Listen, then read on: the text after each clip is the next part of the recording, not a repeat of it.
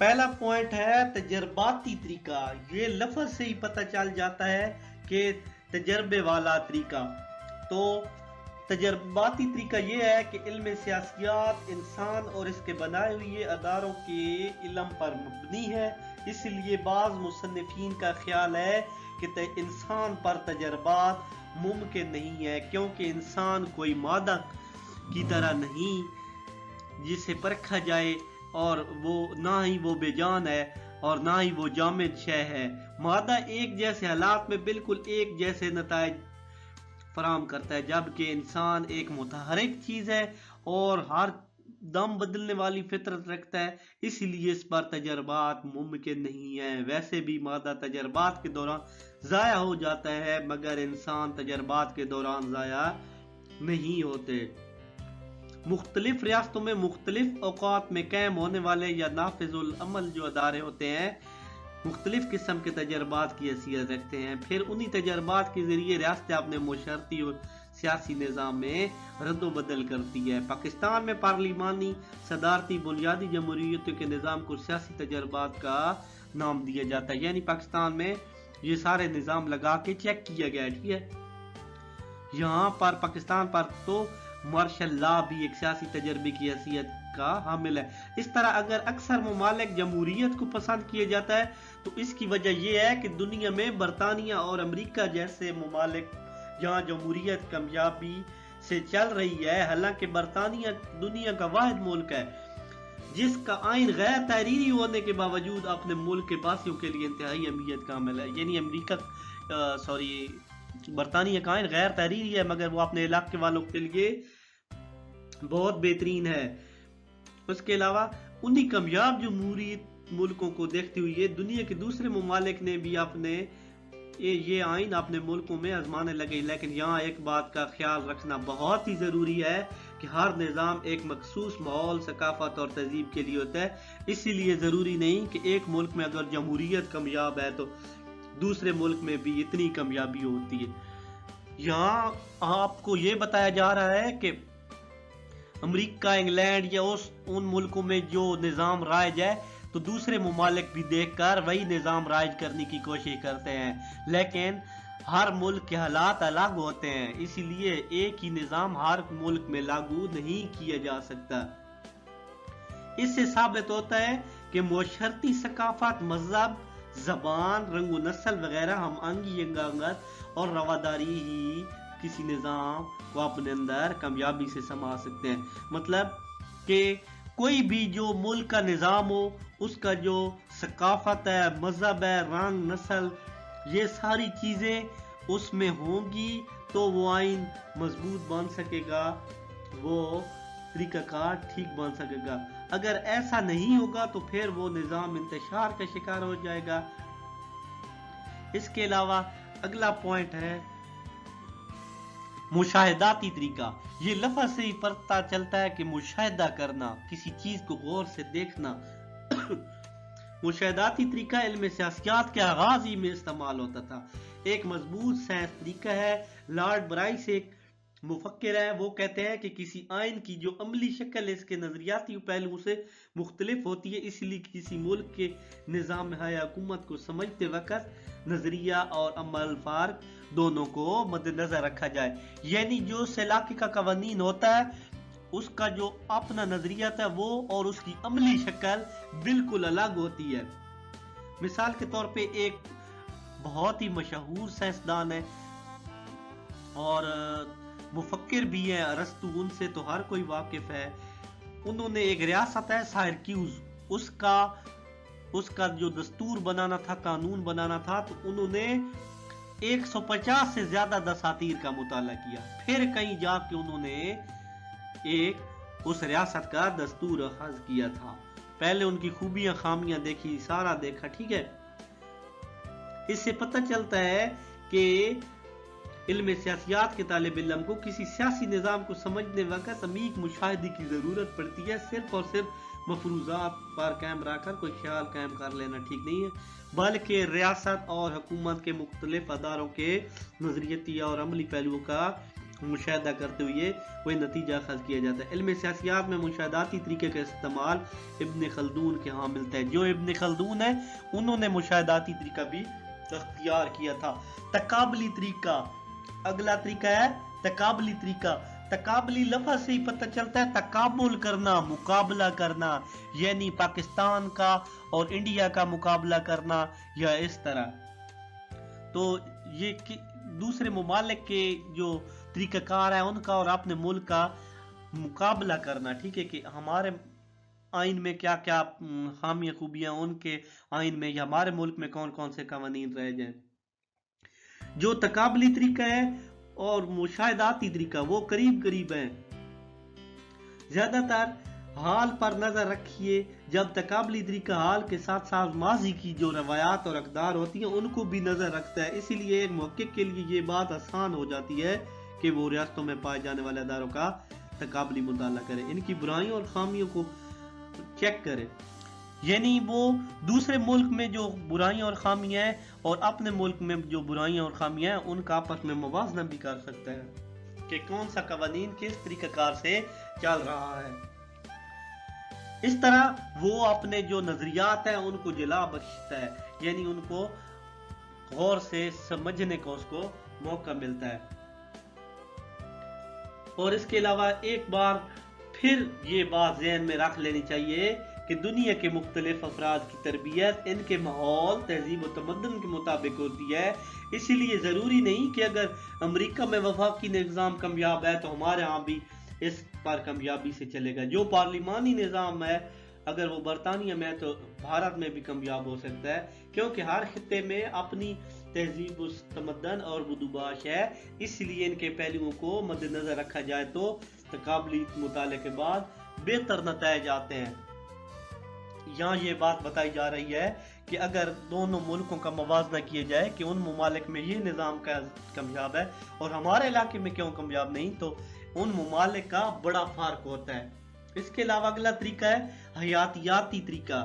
حیات لفظ ہی زندگی سے ہے، حیاتیاتی طریقہ، لیکن اس سے مراد ہے کہ زندگی والا طریقہ۔ یہ دراصل بیولوجی میں حیاتیات استعمال ہوتا ہے۔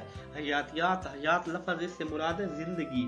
حیاتیاتی طریقہ کار کا جو خالق ہے، یعنی وہ جو اسے پیش کرنے والا ہے، وہ ہربرٹ سپنسر ایک ہے برطانوی مفکر، اس نے بیان کیا ہے۔ وہ کہتا ہے کہ ریاست ایک جسم کی مانند ہے، اس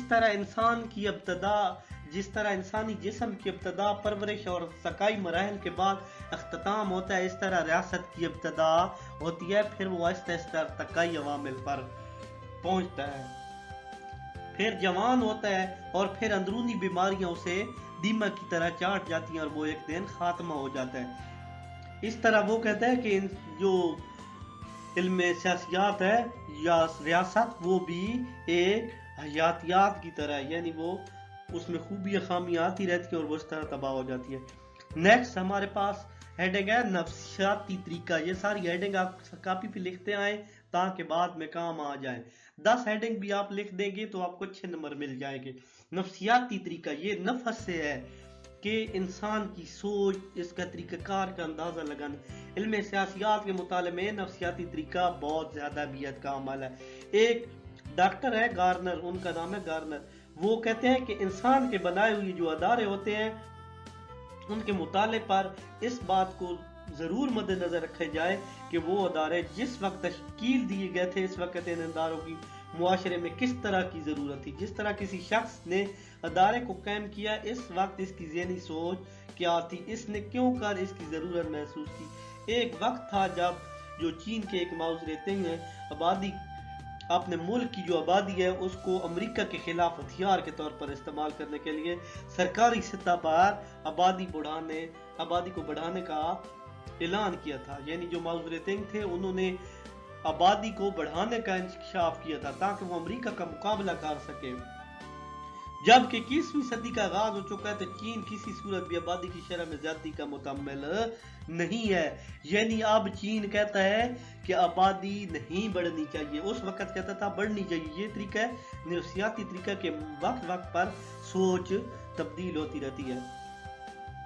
اس کے بعد انسان کی خواہشات کو دبانے کے لیے ایک مفکر ہیں ہابز، وہ کہتے ہیں کہ انسان کی جو نفسیات ہے ان کو دبانے کے لیے ریاست کو وجود میں لایا گیا۔ اگر نفسیات کے متعلق ہابز کے ان خیالات کو مان لیا جائے تو پھر ریاست میں کا وجود میں آنا بھی ایک منفی حیثیت کا خیال مان جاتا ہے۔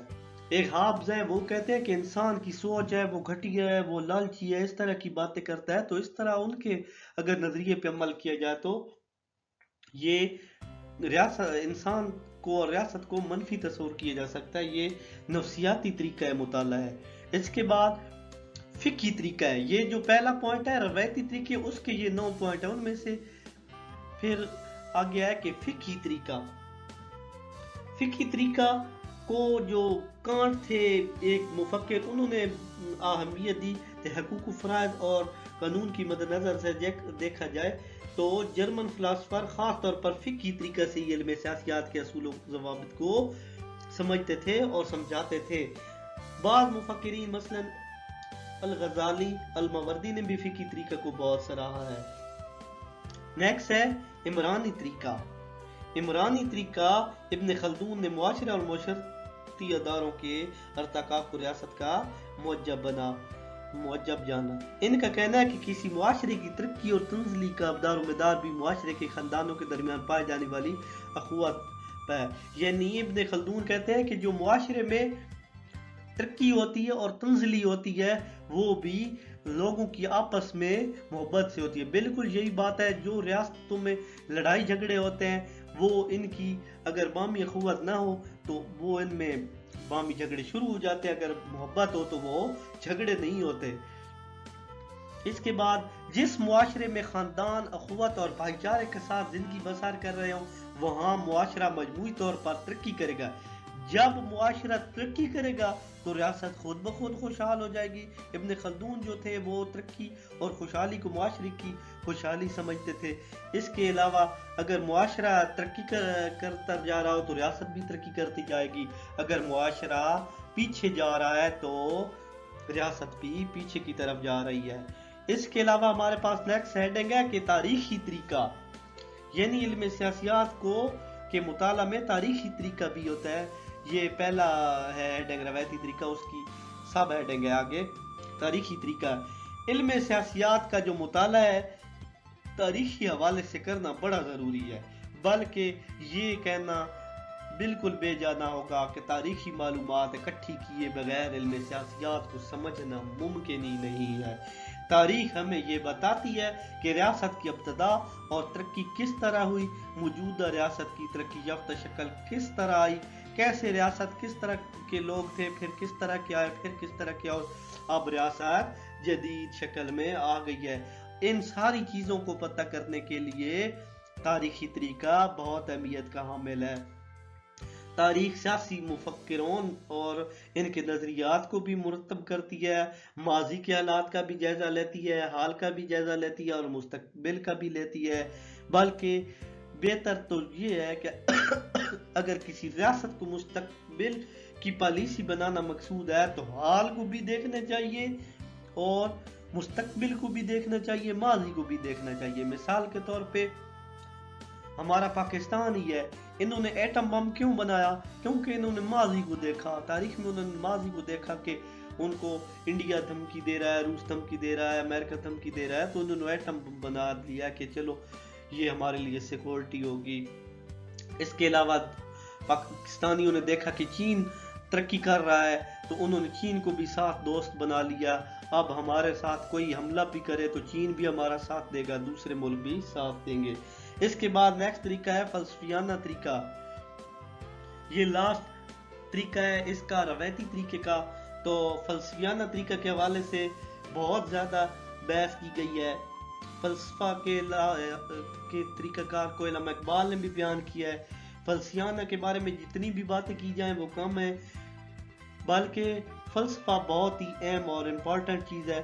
جو افلاطون تھے بڑے مفکر تھے، انہوں نے اپنی ایک کتاب ریپبلک تھی، اس میں مثالی ریاست کا جو خاکہ پیش کیا تھا وہ زیادہ تر فلسفیانہ باتیں تھیں، ان کا حقیقت سے تعلق نہیں تھا۔